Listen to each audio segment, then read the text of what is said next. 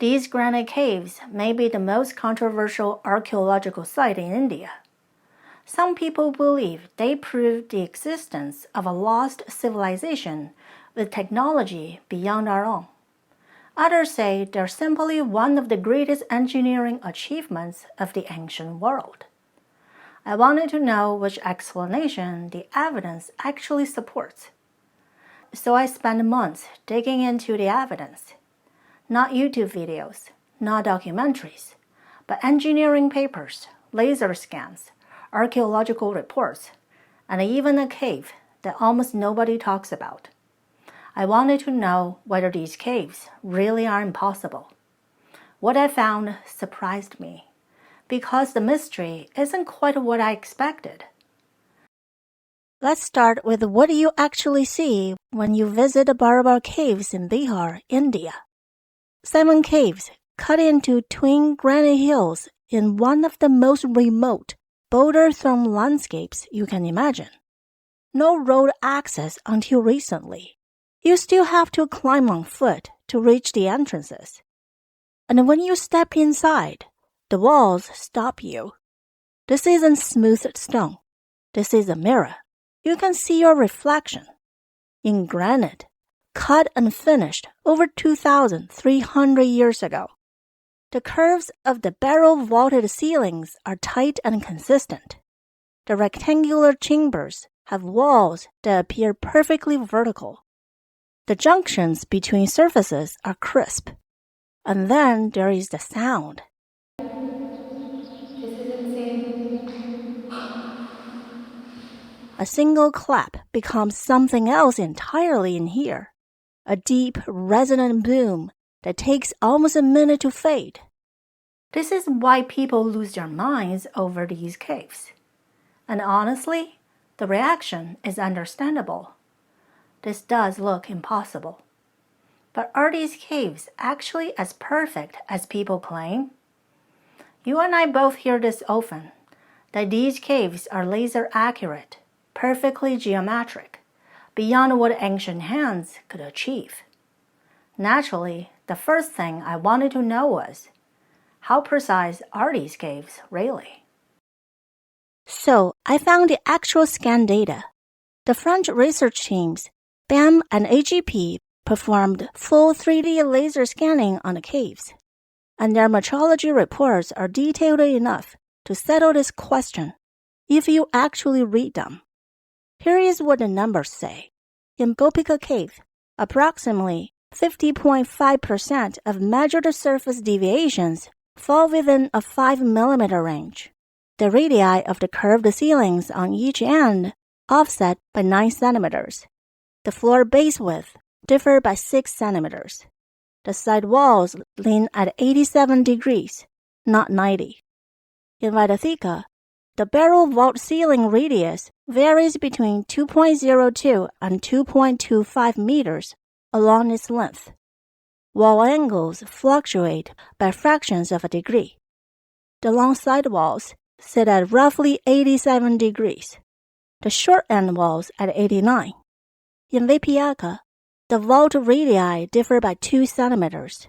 The floor width fluctuates by 1 centimeter. In Karanchopar, this area where the wall connects to the floor is bumpy and far from perfect. In Sudama, the 2 corners are slanted in varying angles. The walls have a slight pitch, over 1 degree from being perpendicular. Now, before anyone misreads this, these caves are still extraordinary. Achieving this consistency in solid granite is generally impressive.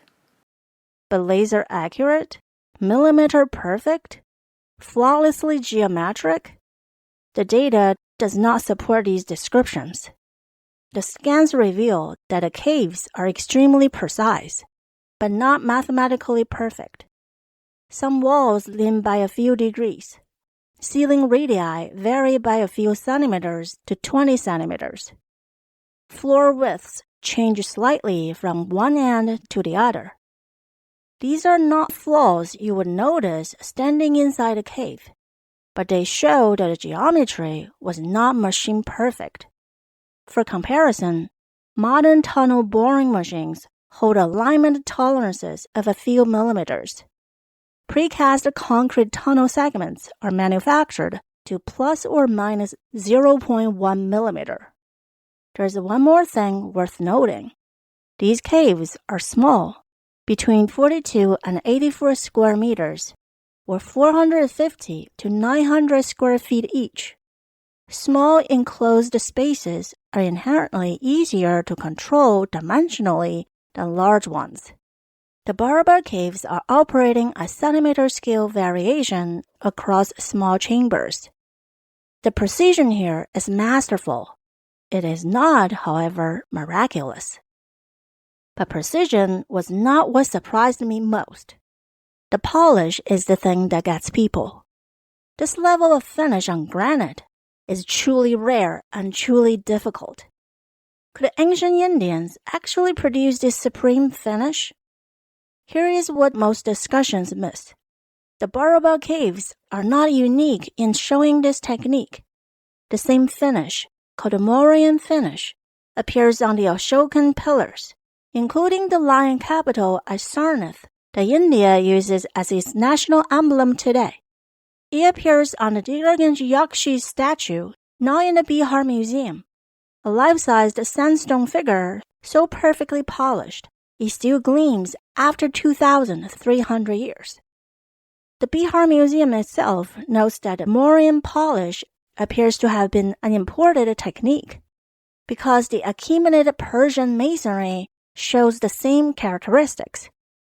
Before the Mauryan period, monumental Indian architecture was almost entirely timber, thatch, and brick. There is no gradual evolution toward sophisticated stone carving in the Indian archaeological record. It appears suddenly, fully formed, specifically during Ashoka's reign. At first, I thought it supported the advanced civilization theory, until I found one archaeological detail that completely changed my mind. Which brings us to something that happened in 330 BCE. Something that almost nobody connects to these caves. Alexander the Great destroyed the Persian Empire. He burned Persepolis. He dismantled the Achaemenid royal administration. And in doing so, he put thousands of the Persian elites, the ancient world's most skilled scribes, craftsmen, and stonemasons out of work overnight. These were the people who built Persepolis, who carved magnificent murals on stone columns, who polished elaborate animal capitals atop massive pillars to a mirror finish. They needed new patrons.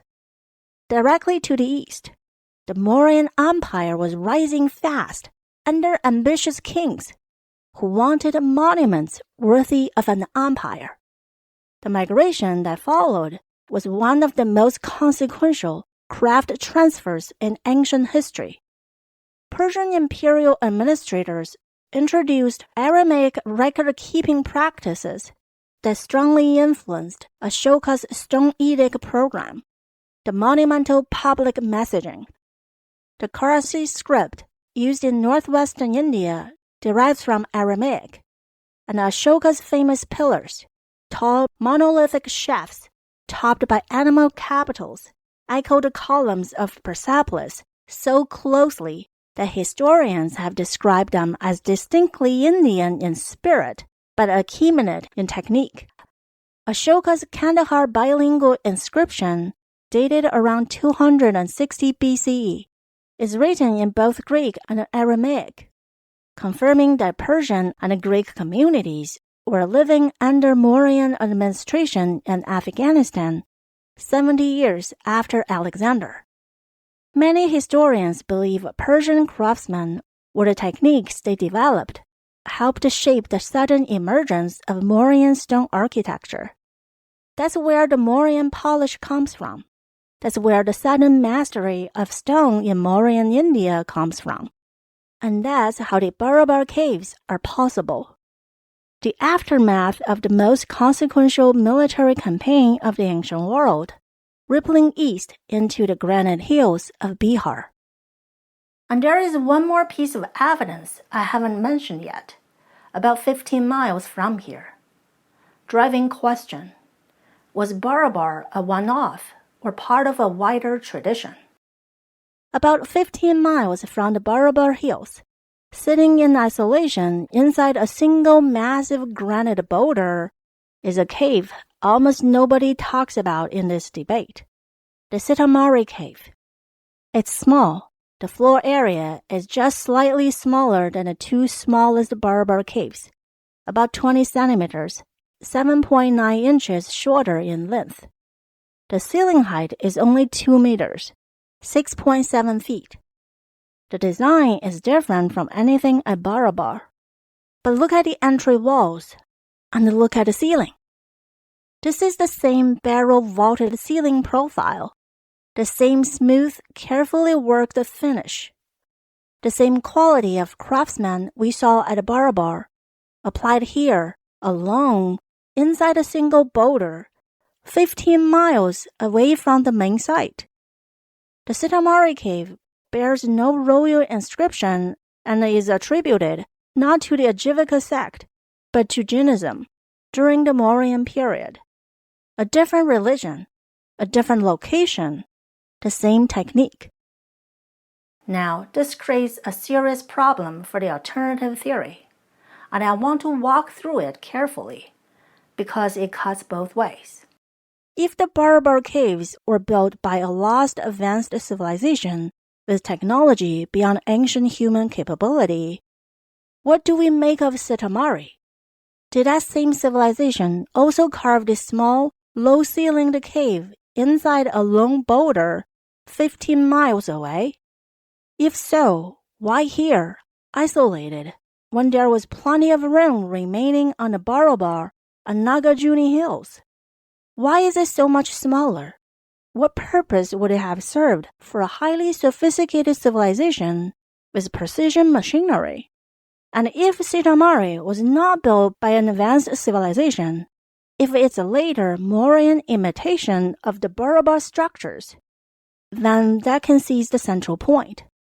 It means ancient Indian craftsmen were capable of carving a precisely vaulted, smoothly polished granite cave, which means the capability existed, which means Barabar stops being impossible.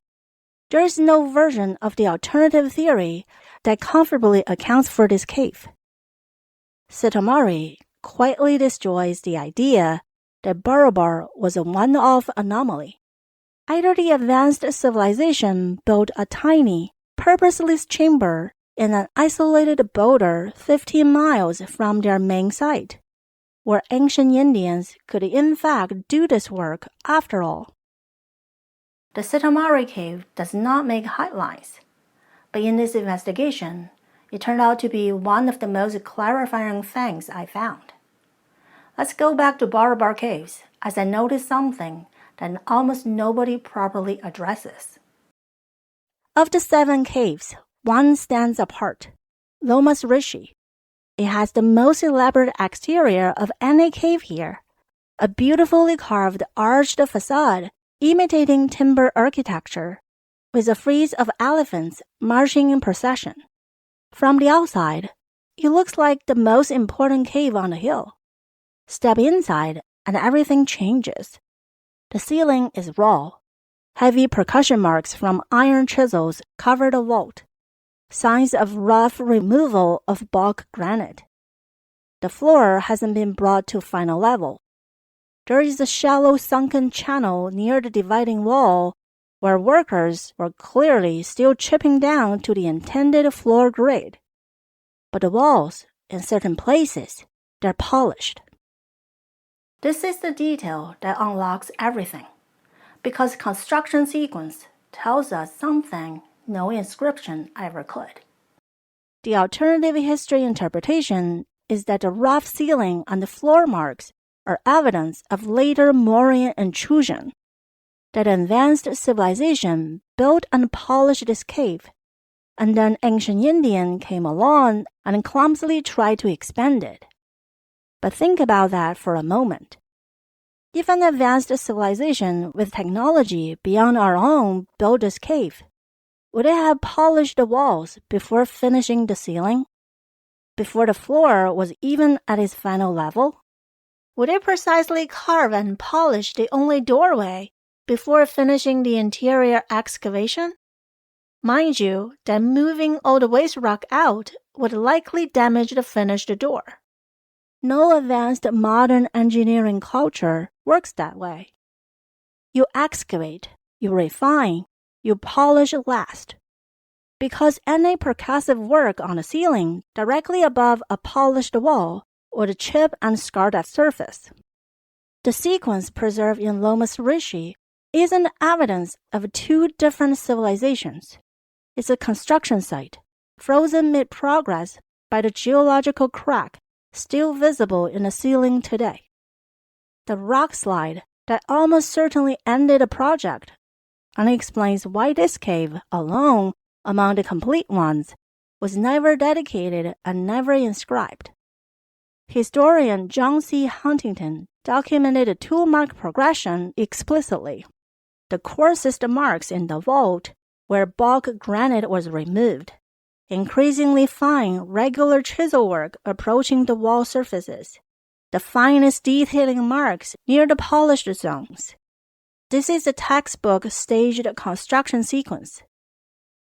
I made many videos on megalithic sites, and I embraced many alternative history proposals. I found it helpful to keep a core question in mind. What would we expect from an advanced civilization on par with ours? Would it start polishing before finishing excavation? Would it carve rough ceiling after mirror polishing walls? Would it dig a small isolated polished cave, such as Sitamari, 15 miles away? What could be the purpose of that? So, ancient Indians could probably carve polished granite caves. Then I came across something that almost no one talks about. Let's look at which caves got inscribed and which didn't. On Barabar Hill, Sudama, inscribed by Ashoka, Karanchopar, inscribed by Ashoka, Vishwadropri, inscribed by Ashoka, Lomas Rishi, no inscription. On Nagarjuni Hill, 3 caves, all inscribed, but not by Ashoka, by his grandson, King Dashratha, approximately 30 years later. Many argue that Ashoka's inscriptions prove he was reusing pre-existing caves, not building them. The word gave in the dedications, they argue, implies he found them rather than commissioned them. Though that interpretation creates another question.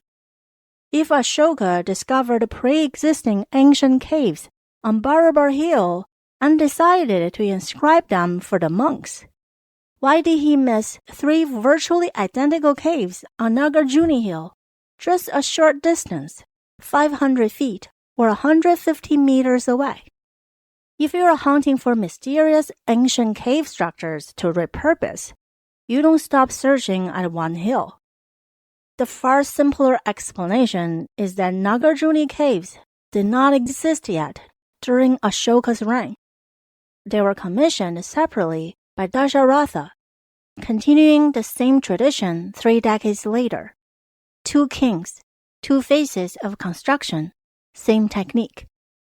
Now, the claim that the inscriptions look crude compared to the mirror finish. The Vishwadropri cave is the least visited of the group, and therefore the best preserved. Its inscriptions are sharp, deep, and directly comparable in quality to the inscriptions on the Ashoka polished pillars. The inscriptions are consistent with everything else we know about Mauryan stonework. Please note that the inscriptions on the pillars were out of reach for most of the time in history, and thus they preserved much better. The Barabar cave inscriptions, on the other hand, can be reached and touched by most adults, hence far more exposed to potential damage. Also, other caves' inscriptions are not superficial as some stated. They're carefully carved deep enough that even though some words have been scraped off, the original symbols are still recognizable. The crude-looking carvings visible in photographs elsewhere include documented Gupta period graffiti, one inscription from 320 to 550 CE, labeled Karnchopar, the Caves of Beggars. A 5th to 6th century Sanskrit edition appears in Gopika's passageway. These are later writing or graffiti on the walls. They are not the original dedications. Here's a photo from BAM showing the crude carving of a symbol that looks like the letter P. I wonder where this photo is taken, because it does not look like it belongs to any of the 6 Ashoka inscriptions of the Barabar Caves. Even if the inscriptions were added later, there is still another problem. What happens when you sing inside one of these caves?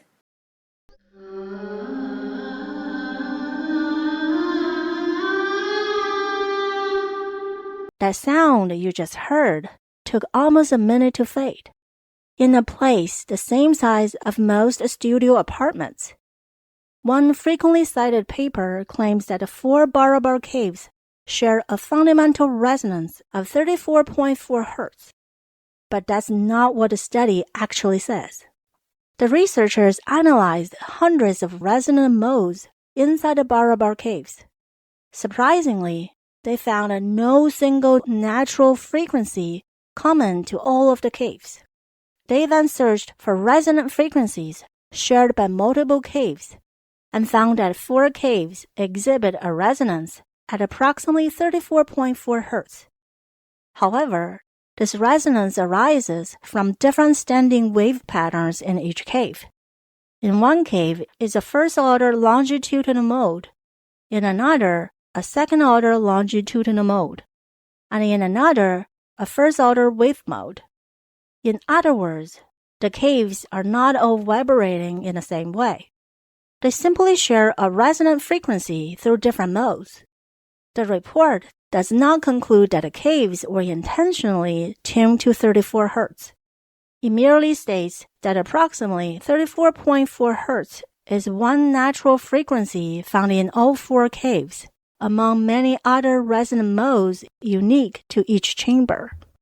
This distinction is important because a common resonant frequency does not mean the caves were designed to resonate in the same way, nor does it demonstrate intentional acoustic tuning. In another acoustic analysis, the BAM team measured reverberation time systematically across 5 caves. The results, plotted as reverberation time against frequency, reveal something generally interesting.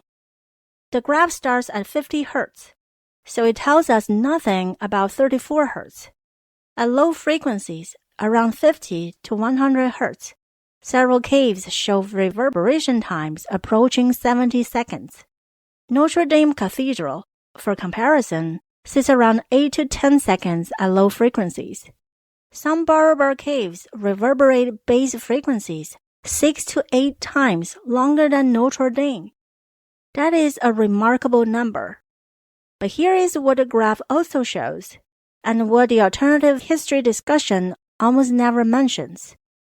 Each cave peaks at a different frequency. Vaidhika at 63 Hz, Gopika around 100, Sudama's dome at both 50 and 80 Hz. If these caves were precision-engineered acoustic chambers tuned to a specific frequency by an advanced civilization, that goal was not achieved, or that was never the goal. Yet notice where the peaks naturally land, 50 to 120 Hz. That's the exact frequency range of deep male chanting voices, the resonant drone tones used in sustained meditation practice. A monk chanting in these caves would hear his voice boom into a 40 to 60 seconds reverberating echo. These acoustics are real, impressive, and worth studying. Even so, amazing acoustics do not tell us who built the cave. One mystery remained. Could it actually do this? What did ancient Indian craftsmen know? People often assumed that ancient India lacked mathematical and engineering foundations for this kind of precision work. The evidence says otherwise. The Shloba Sutras, Vedic texts dating from around 800 to 200 BCE, detail how priests and craftsmen used knotted ropes of specific lengths to lay out perfectly geometrical ritual altars, including right angles, circles, and complex forms like falcon-shaped fire altars. They contain an explicit statement of the Pythagorean theorem, centuries before Pythagoras. Indus Valley rulers calibrated to 1/16th of an inch have been excavated at Lothal, dated to 2400 BCE. The Mauryan Empire codified standardized measurement systems across the entire subcontinent through Kautilya's Arthashastra, covering length units, surveying ropes, water levels for checking grade, and plumb lines for verticality. The Ashokan pillar themselves, monolithic shafts of polished stone, standing up to 15 meters tall, demonstrate mastery of precision stonework. The later Karla and Betsag cave complexes in western India show the same rock-cut architectural tradition scaled up dramatically. The mathematical and surveying tools were there. The craft tradition, supercharged by Achaemenid influence, was there. The Barabar Caves fit within a documented continuum, not outside it. After months of looking at this, here is my honest answer. The precision surprised me, not because it was perfect, but because it wasn't, and that is more interesting. The polish surprised me, because the real story of where it came from is more cinematic than anything I'd seen proposed. The previously unknown small granite cave is another eye-opener. The unfinished cave surprised me most, because it answered the biggest question almost by accident through its tool marks. A staged construction sequence, perfectly preserved in an unfinished cave, consistent with disciplined, phased labor. These caves were not built by a lost civilization or aliens. They were built by people with ropes and chisels and an almost incomprehensible level of patience and skill. And frankly, after everything I found, I think that's the more extraordinary story. None of this requires a lost advanced civilization. All of it point towards exceptionally skilled Mauryan craftsmen working with techniques inherited from one of the ancient world's greatest stone carving traditions, and producing something that still stops people in their tracks 2,300 years later. When I began this investigation, I wanted to know whether these caves were impossible. After reading the engineering reports, studying the laser scans, and examining the archaeology, I don't think they're impossible at all. I think they are one of the greatest demonstrations of what ancient people were actually capable of. What do you think? Let me know your thoughts in the comments. Don't forget to subscribe and hit the notification bell. You can support me on Patreon or buy me a coffee. I appreciate your support. This is Curious Being. I'm Tina. Thanks for watching and see you next time.